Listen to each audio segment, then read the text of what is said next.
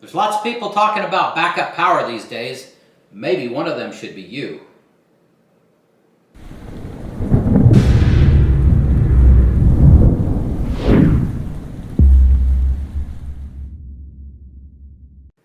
Hi, I'm Jonathan, the Provident Prepper.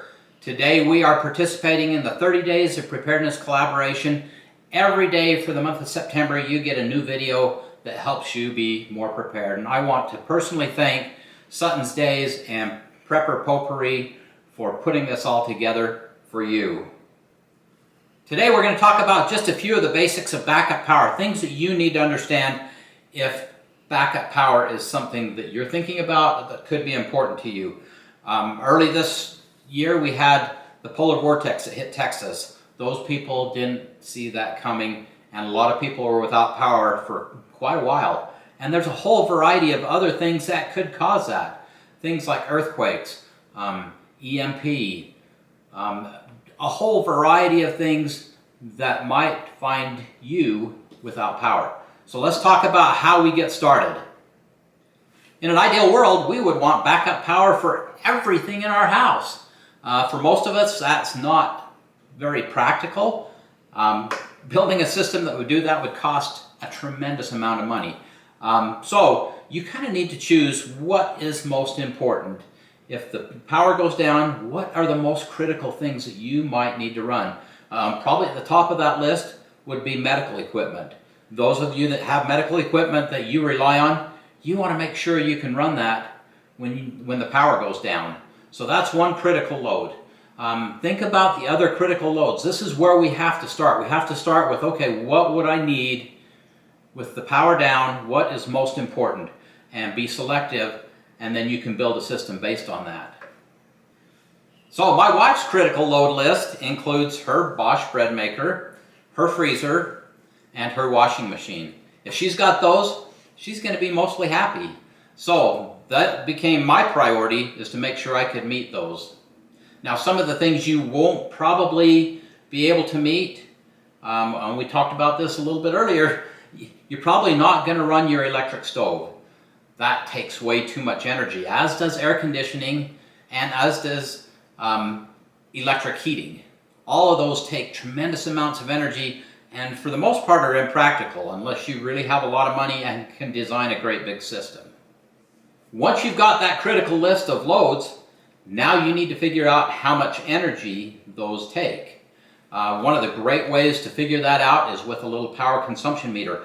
I think these are amazing. I think every prepper should have one, because you can plug this in to your wall and then plug something into it, any appliance or device, you plug that in and it will tell you how much it takes, not only instantaneously as far as watts and amps, but also over time. For something like a freezer, that's going to turn on and then it's going to turn off and back on and back off. And so you want to know not only what it's taking at that moment, but over, say, a week or a month. I plugged my freezer into this for about a month just to see what it's going to take over that time. And then you have a really good idea how much it takes each day.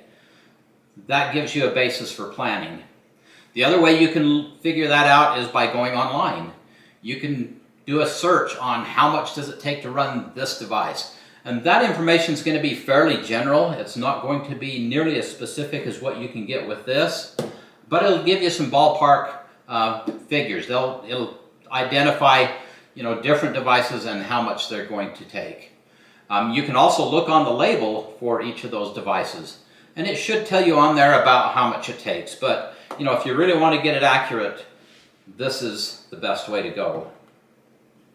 Another thing you need to consider when you're calculating your total energy needs, and that is that things with motors are going to take a startup surge to get them going. So a lot of times that's 3 or 4 times as much. So if you've got a refrigerator that uses 300 watts of energy, typically it's going to maybe take 1200 or 1500 watts just to get it started. It's got to get up over that hump. So you have to figure that in when you're looking at sizing your generator system.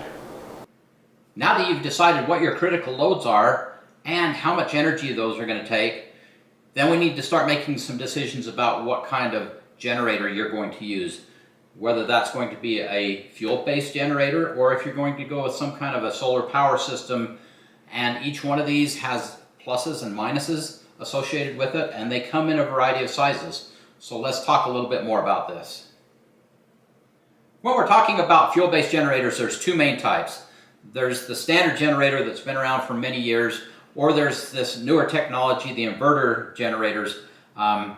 These are typically more expensive, but they're also more efficient. They adjust to your load, whereas your standard generator is just going to run at a constant 3,600 RPMs. So these are actually more efficient. These convert the energy into DC power and then convert it into AC. Your waveform is a pure sine wave. So these have a lot of advantages. They're a little more expensive, but they have a lot of advantages. Probably one of the most important ones to me is that these are just so much quieter than your standard generators. Another thing that I really like about some of these inverter generators is you can put them in parallel. So if you're not getting enough energy out of this thing with one, you can put a second one in parallel and bump this up. In this case, this is a 2,000 watt unit.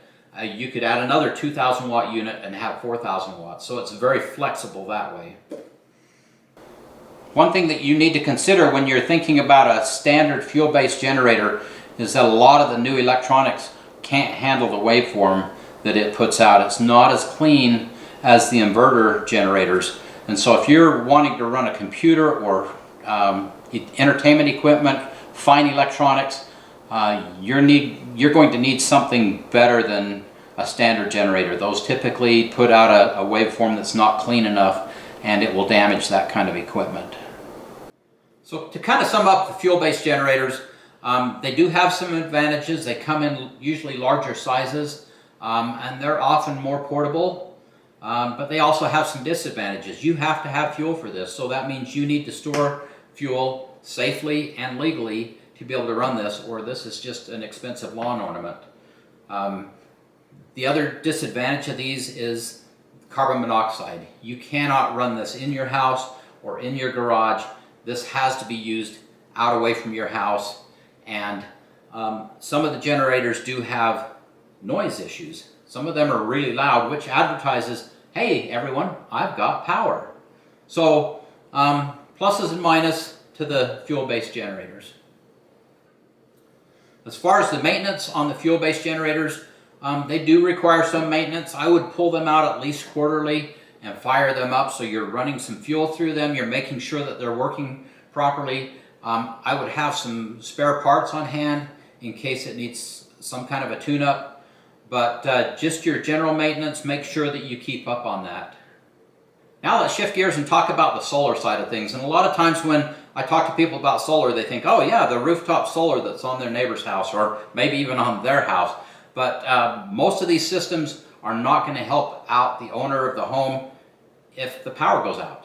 These are grid-tied systems, and they're not meant to power your home. Now, some contractors will provide you that option to have some backup power system associated with that, whether that's a dedicated plug or a battery backup. So those things are possible, but if you want that, you need to make sure you find a contractor that will do that. Another power system that you can either design and build yourself or have a contractor build is just a solar power system that includes your solar panels, your charge controller, your battery system, and your inverter that will run your loads. These are great systems for some people, but a lot of people don't want to have to deal with all that, and so they would rather do something different as far as solar goes.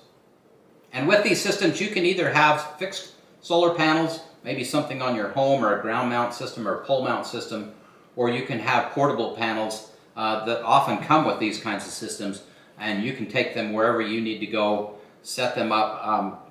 Truly a great power source for being mobile. So that's where the portable power stations come into play. These portable power stations take care of all the charge controlling, the battery, and your inverter. These are all in one package, and they've got a management system, and so you really don't have to deal with very much there. These come in large sizes. This is about 60 pounds. This is about 15 pounds. Obviously, this will do a lot more than this, but as you're looking at your system, you need to decide what size system you will need. These are charged using your household power when it's available, but then when the power is out, these are charged either with your car or with a generator or with solar, and solar is the preferable energy source to use. Another thing that you need to be aware of when you're looking at a portable power station is whether or not that portable power station can be charging at the same time that it's running some kinds of devices. Some stations won't allow you to do that, and in my opinion that defeats a lot of the purpose of having a power station. You want to be able to be running things and be charging at the same time. So in my opinion that's a pretty important consideration, that it be able to do both of those at the same time. When we're talking about the portable power stations, there's three numbers that you need to understand. First is the storage capacity. In this case, it's 2,000 watt hours. So if I'm running a light bulb that draws 10 watts of energy, I could run that light bulb for 200 hours with this device. Just to kind of put it in perspective. The second number that you need to be concerned about is how much output it can do. This can do 2,000 watts. So you could plug in an appliance that draws 2,000 watts and this will be able to handle that. The third number you need to understand is how much solar energy you can put into this. And that to me is probably, well, it's definitely one of the most important numbers, because you're going to want to be putting energy into this thing to compensate for the energy you're taking out to run your fridge or your freezer or whatever you're running. You need to be putting energy back in, and the more energy you can put into this will take 700 watts of input. The more you can put in, the longer this is going to last you and the better job it's going to do at meeting your loads. Another thing that you need to be aware of when you're looking at a portable power station is whether or not that portable power station can be charging at the same time that it's running some kinds of devices.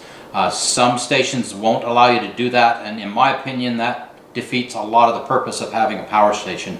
You want to be able to be running things and be charging at the same time. So in my opinion that's a pretty important consideration, that it be able to do both of those at the same time.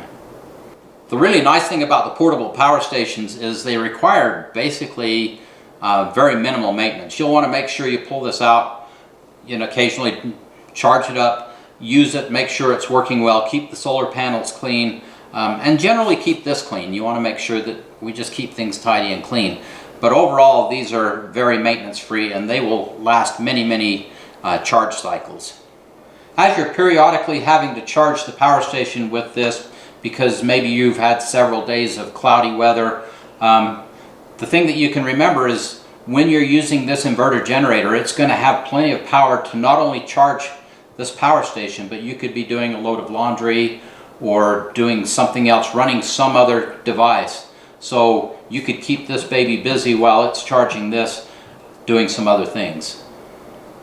So we're going to wrap this up. I realize this has been a little bit of a fire hose experience for some of you, a lot of information, but take some time and look at some of our other videos. We've reviewed some of these power stations and you can start to get a feel, and then you can connect with us and we can help you understand, if you have still some questions. Now, for me, an ideal system would be a portable power station like this, and then combine it with a generator like this. Now this generator, hopefully I would only have to run that maybe once every week at the most, or maybe every couple of weeks. But if you get several days of storm or clouds, your solar input to this is going to go down. And so you have to account for that. And so to me, an ideal situation would be to have one of each of these, hopefully only using the fuel-based generator on a rare occasion. And if you have just some very minor needs, or if you want just some portable power that you can take into the mountains or for a picnic, some of these systems will handle what you need. Thanks for joining us today. Hopefully this has been informative. Make sure you're watching for Morgan Rogue from Rogue Preparedness. She always has great stuff. She'll be on tomorrow. And now for the question of the day. What is your favorite backup power system? Comment below. And thanks for being part of the solution.